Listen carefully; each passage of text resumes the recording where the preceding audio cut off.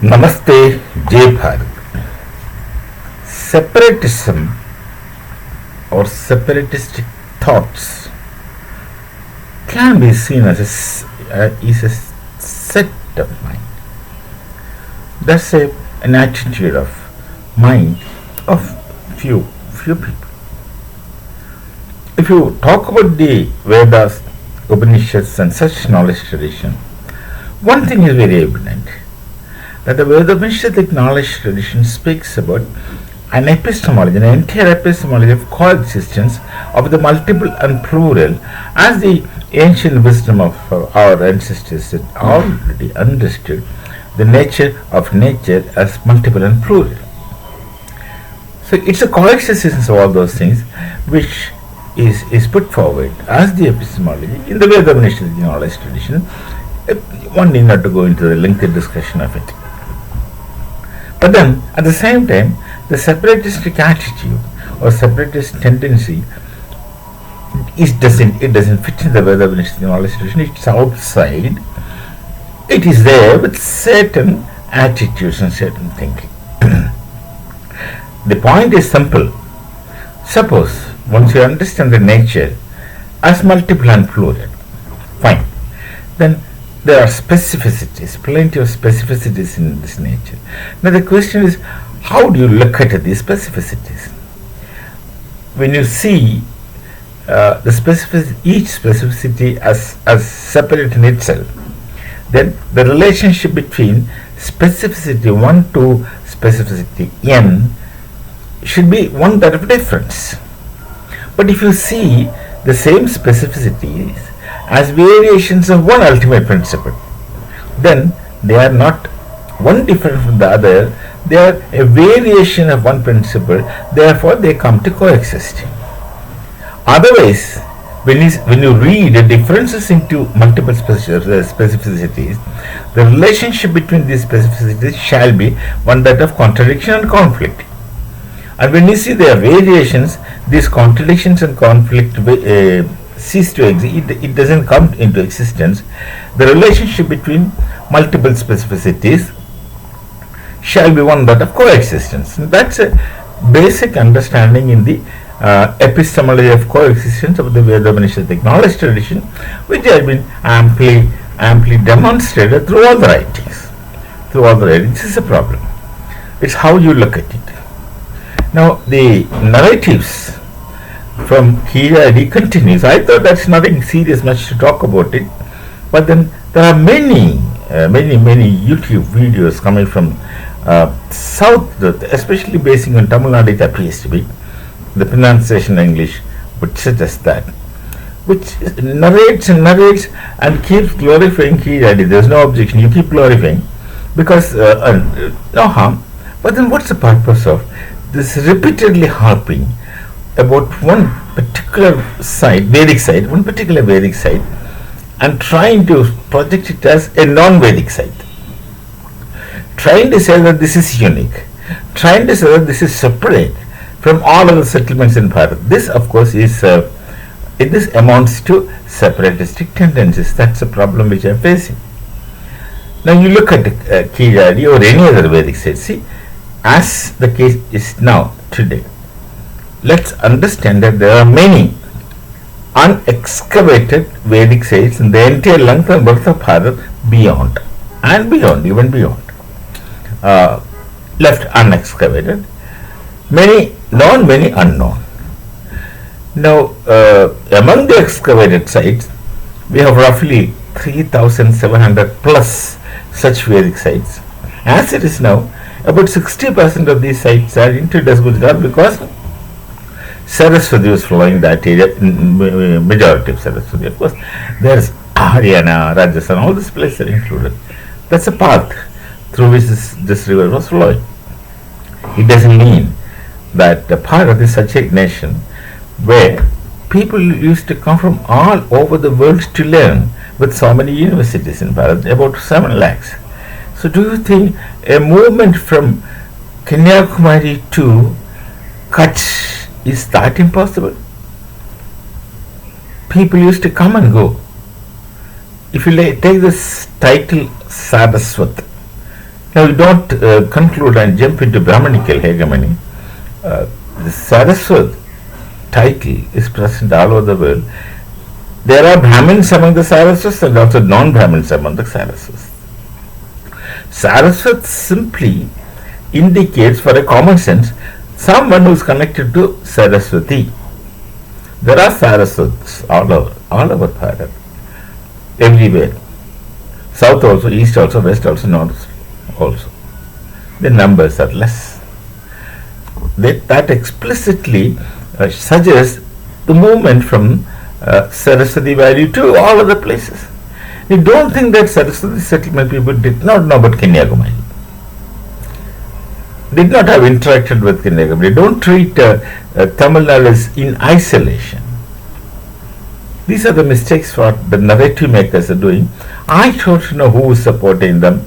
Those must be very enthusiastic people who are working into separatist epistemology. There must be a lot of people who find it enthusiastic. Now, fine, you talk about Keezhzdi, you don't know how you talk about, but instead of glorifying Keezhzdi on and again, no disputes, no doubts, no disagreement. All that what you speak of Keezhzdi is fine, but why don't you go for a comparison in structure with the site Keezhzdi excavated in Tamil Nadu and the other Vedic sites? There are 3,700 sites identified as on now, 3,700 plus identified as today, as on now, in different stages. And out of this different, one stage is Keezhzdi. But why do you desperately want to de-link Keezhzdi from the one mainstream civilization? That's my point, which I call it a Saraswati Valley Saraswati civilization. Why do you want to de-link it? Why do you want to make that as separate? Why can't you see what is in common between these things? Now, one of the things that you can see is, look at the sizes of bricks. I don't know, but take the sizes of bricks used in one site, and in the known cases, all bricks used in all Vedic sites, they have same measurement. Check that with the Keezhzdi and look at the similarities. How one is not that different from others. There must be variations. Mark it, there can only be variations but not differences. There must be multiple variations depending upon the context. And where does language come into this game? Language doesn't come into this game. Do you think all Vedic sites spoke a language, one language as their mother tongue? Certainly not. Different sites must have their own mother tongue, but then they had a common lingua franca. Whatever may be. I am not suggesting it is Sanskrit, must have been Sanskrit. And then don't equate Sanskrit with other languages that we have, because we use all other languages as our mother tongue as well. But Sanskrit is a language which is not used as mother tongue basically. It's a synthetically created language to carry knowledge. That's what it makes it scholars' language. Now, you don't confuse between this and that. There are a lot of confusions. There are a lot of emotional outbursts saying that we are great. You just don't behave like Pakistanis. They say we'll do this, we'll do that, and we are this, we are great. No. Let one be realistic. There should not be such narratives which pushes you to difference. And that amounts to separatism, and you can't afford that. Bharat has always been unified and existed as a unit. And the Vedas made it so. You can close your eyes to Vedas. You do not connect Vedas with Brahmanas. Brahmana caste, I am telling. Brahmana is a quality concept. That thing is not clear to you. No one teaches you that. That Brahmana, Kshatriya, Vaishya, Shudra, they are quality concepts, connotative concepts. Given these qualities, you fall into this category, and no category is permanent. A change in quality will result in a change in Varna. And that you don't want to accept. That people don't want to accept. The people want caste. They want caste. They want caste. They want preserve caste. They want maintain caste. Whereas all the great leaders of the past, they were fighting against caste. And some people are there in our nation still who want to preserve caste. Don't you think it's a contradiction? It is a contradiction. What you want to get rid of, you try to preserve the same thing. Does it carry an identity? Common sense. Does it carry an identity? Varna can carry identity because Varna is a quality concept. But caste doesn't. So why unnecessarily discussions that would lead to differentiating epistemology of difference, and then it will lead into separatism. Of course, this separatism is not going to work out at all in the long run. It's not going to make such effect in the long run, but then disturbances could be made. Somebody would try to cash on it, and somebody is trying to cash on it. There are people with intention of creating disturbances in Bharat. They will use it, and you become innocent victim of that. So it's unfortunate that we still keep talking about Keezhzdi as a separate entity. It is not a separate entity. You just take it as granted that whatever claims or glorification you make out, you speak about Keezhzdi is agreed to, no one disputes. But it's not the only such site. There are multiple sites like that, and they have so many things in common. Which why people don't try to look at the commonalities. Why you focus on the difference? Why can't you focus on what is in common? Then you will obviously find what is in common is much more than the kind of difference you find. And then you have to realize that the difference are not different, they are varieties, they are variations. It's a common sense, simple understanding. It's simple kind of perception and a basic ingenuity for people to read this.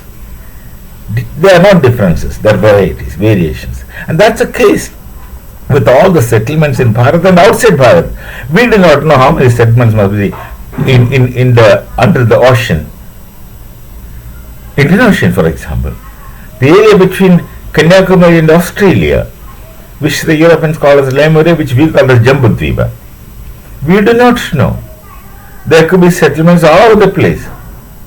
We do not know in the coastal places of Tamil Nadu, Bay of Bengal, how many settlements should be lying buried without trace because they get disturbed, they get washed. Ocean is a mighty agent, can destroy anything. You do not know. Keezhzdi is not the only thing. Only thing, now only we knew it is. That how can you know until you get some evidence? You just can't go about digging all over Bharat. There are many sites still unexcavated, and that remains a reality. Let's not contemplate in different epistemology of differences. Let's not worry about I'm different and you are different. Let's worry about what is in common between you and me. That's the point. Your perception, what we say in Sanskrit as paripraksha, is important. How you look at things is very important. You are trying to look at through the epistemology of difference. You find differences and you find coexistence impossible. This is what happens in Pakistan. They were supposed to be like us, our own people, but today they hate the people of Bharat. They hate Hindus. They have all the terminology calling us as kafir, this thing, that thing, and right from childhood they are taught to hate. Who suffers? They suffer. Those who carry hatred in their mind, they suffer because of the weight of hatred towards others, because that's a negative thing. Negativity is negativity within your mind, and you will never be able to see anything positive. So let's stop this campaign on Keezhzdi. Many narratives comes. They come and speak of all kinds of things, but this amounts to nothing. We shall meet again with some other thought. Namaste. Jai Bharat, Jai Sri Ram.